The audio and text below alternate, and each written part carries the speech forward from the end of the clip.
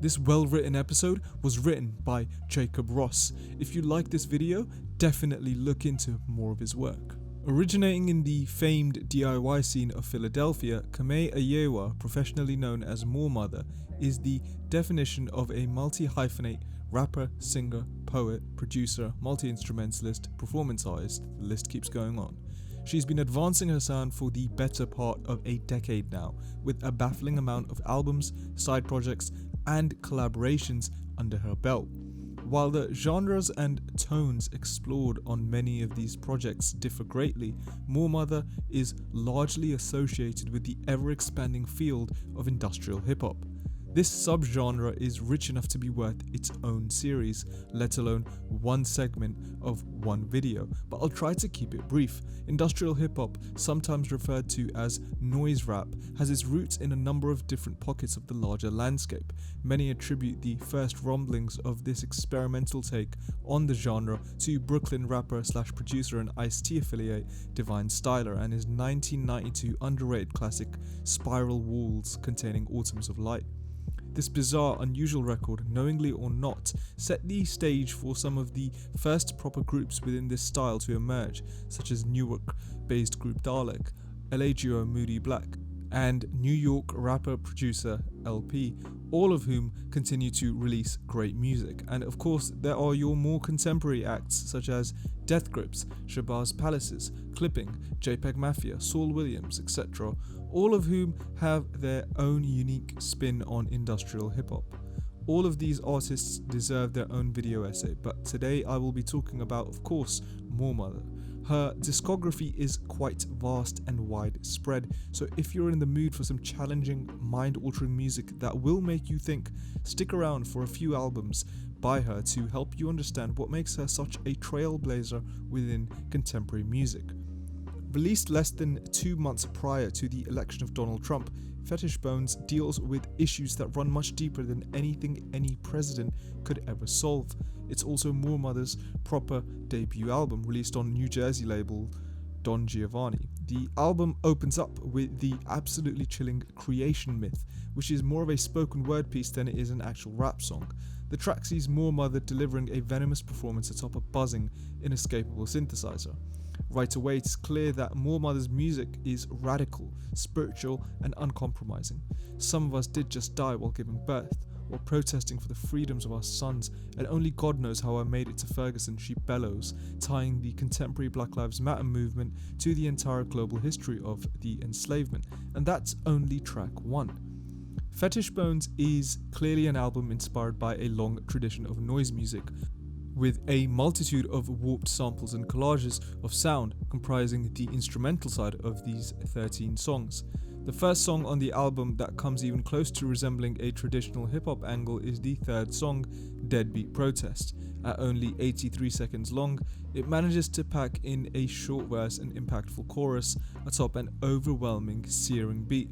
Trying to save my black life, she yells during one of the entire album's more chilling moments. This is followed by the unforgettable "You can see my dead body at the protest" line. Fetish Bones is written to be a provocative, experimental, and most importantly, honest musical expression that confronts generations of anti-black violence as it's cropped up domestically, locally, systemically, and internationally.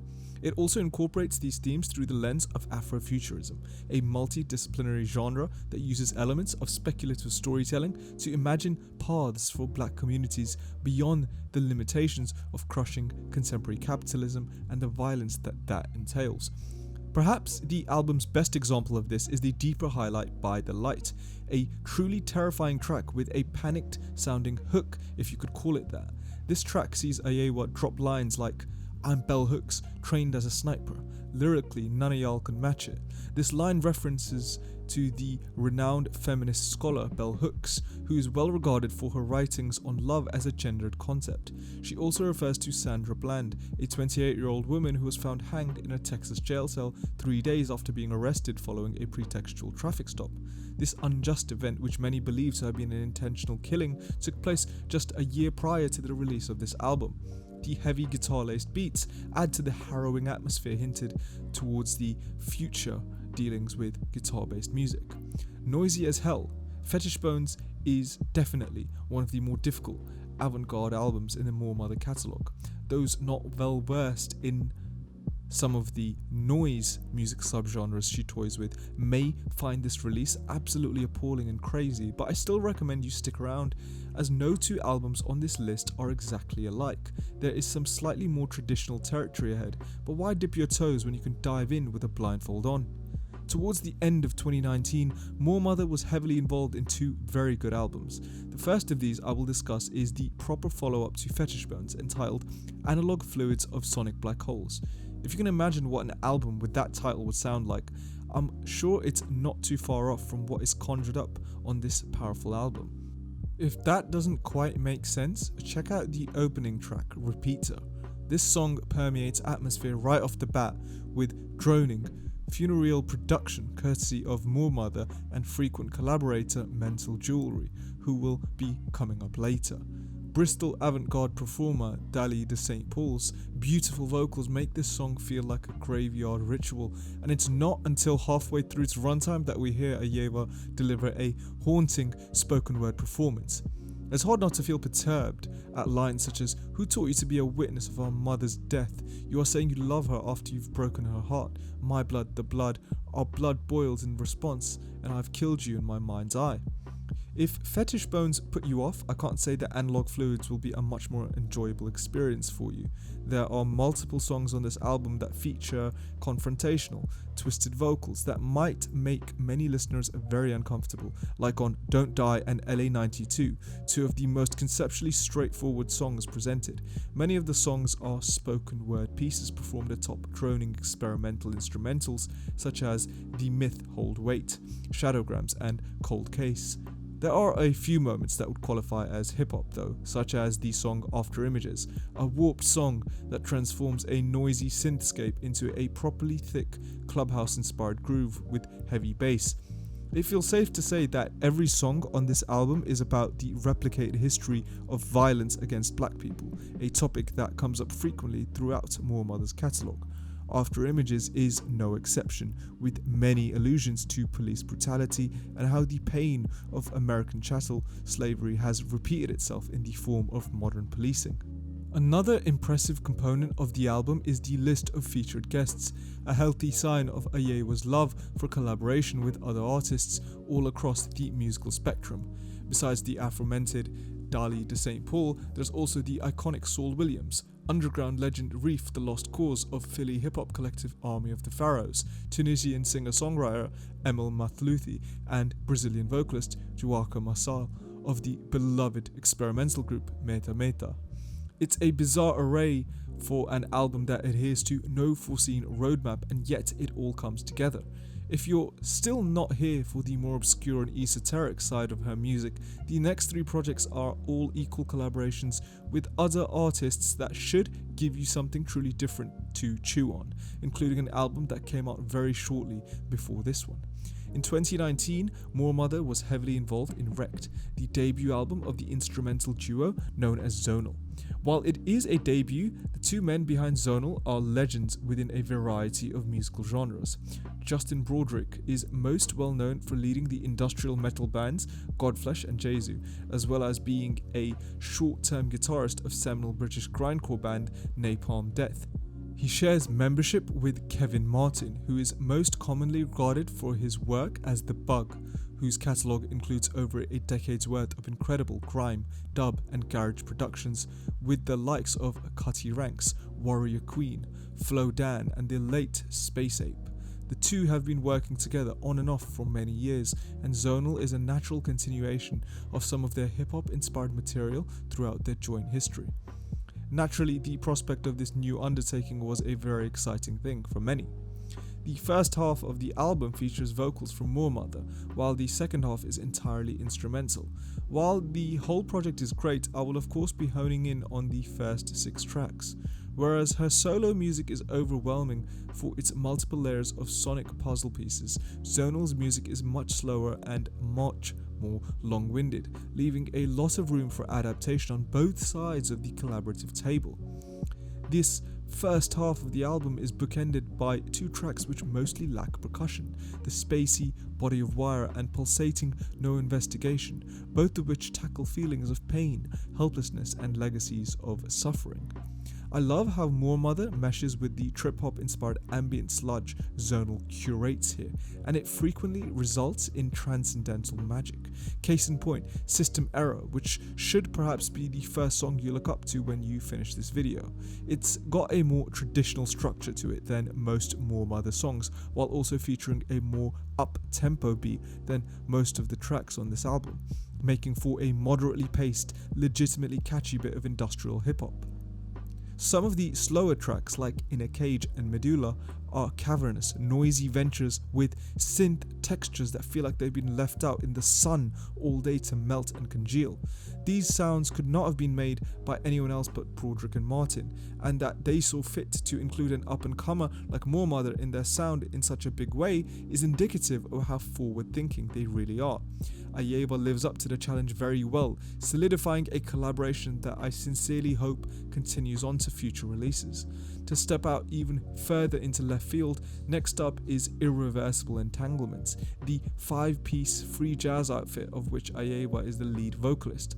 The rest of the group is made up of saxophonist Keir Neuringer, trumpeter Achilles Navarro, bassist Luke Stewart and drummer Cheddar Holmes.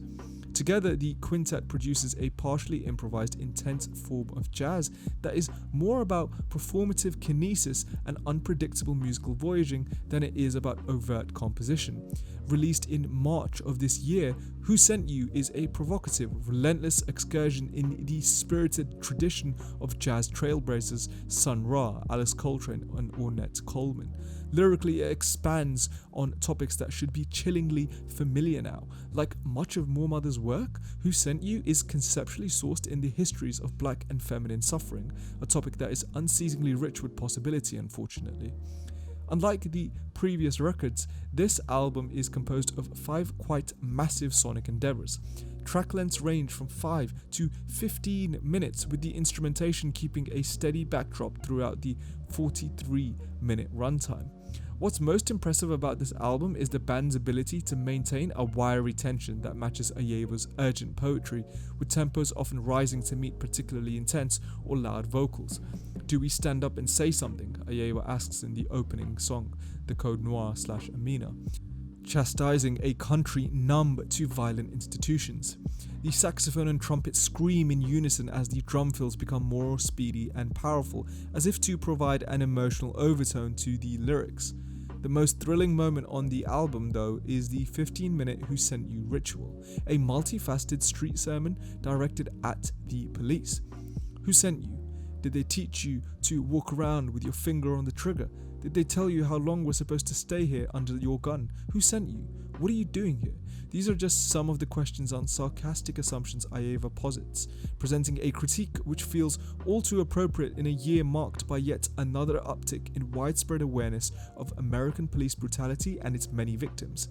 This album came out 2 months before the killing of George Floyd in Minneapolis.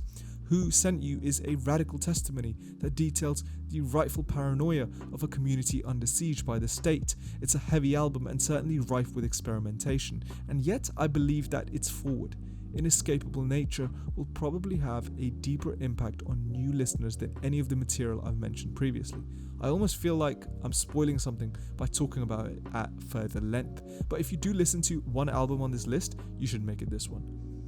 The final album on the list is, of course, the most recent one, released under the name Moor Jewelry. True Opera is a full-length collaboration with aforementioned musician Moor Jewelry. While most of their collaborations are in line with the industrial noisy hip-hop and spoken word that has come to be her bread and butter, True Opera is a full-fledged punk rock album with very little flair. It's a stripped-back affair, with Moor Jewelry trading in his synthesizers and drum machines for a drum kit and bass guitar. Moor Mother handles vocals and guitar, and the resulting album is non-stop fire. Running at a brief 26 minutes, this is the shortest and perhaps most accessible album on this list. There are no overwhelming soundscapes or chopped samples, nor are there screeching saxophones or long diatribes. This is an album in the classic 90s noise rock tradition, with clear influences from the likes of Sonic Youth, Shellac and Fugazi. The songs are relatively short, punchy and efficient, with nothing overstaying its welcome or muddying up the mix. The opening track sounds like something that you could have heard of if you walked past a DIY venue in Washington DC in the early 90s with its halftime breakdown, heavy guitar and shouted refrain. Damn right it'll cost you. Walking Dead, gun in your mouth, true opera. In this video we looked at the artist professionally known as Moor Mother and an essential portion of her expansive and versatile discography. From industrial hip-hop and dub-ambient to free jazz and noise rock, the only constant in the ever-growing Moor Mother catalogue is a political orientation towards radical futurism and communal problem-solving of the violence inherent to this radicalized capitalist-imperialist superstructure. It is a lot to stomach, but with the art of such a confrontational nature, it's important to always challenge oneself and pay attention to the ills being pointed at by artists such as Moor Mother. In 2020, her messages ring a more poignant note than they ever have, demonstrating how avant-garde art posits much opportunity for truly revolutionary work.